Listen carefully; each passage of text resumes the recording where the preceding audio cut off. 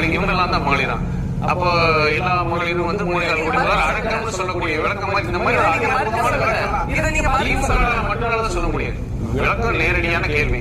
3.25 கோடி மகளிர் இருந்தாங்க, வாக்குறுதி கொடுத்தீங்க, 1 கோடி மகளிருக்கு தான் கொடுக்குறீங்க அப்படின்னு. இந்த சாதனையோட விரிவாக்கம் சொல்வதற்கு எனக்கு அனுமதி கிடைச்சுன்னா சொல்லுங்க.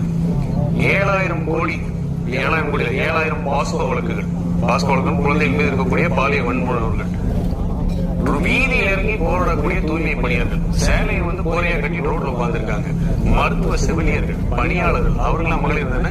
போராடுறதுக்கு இறங்கி ரோட்ல இருக்காங்களா? இவர்கள் எல்லாத்தையும் மறுதளித்து விட்டு தேர்தல் நேரத்துல இவர்கள் கொடுத்தக்கூடிய நிதி கடன் வாங்கி கொடுத்ததுன்னு சொல்றாங்க. அது ஒரு அப்பட்டமான பொய்.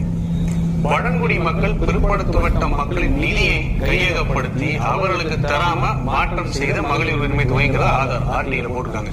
உங்க நிகழ்ச்சியில் உட்காரும் போது நான் வீட்டிலே போடுறேன். 7,000 கோடி நிதி இருக்கும் பொழுது கரெக்டா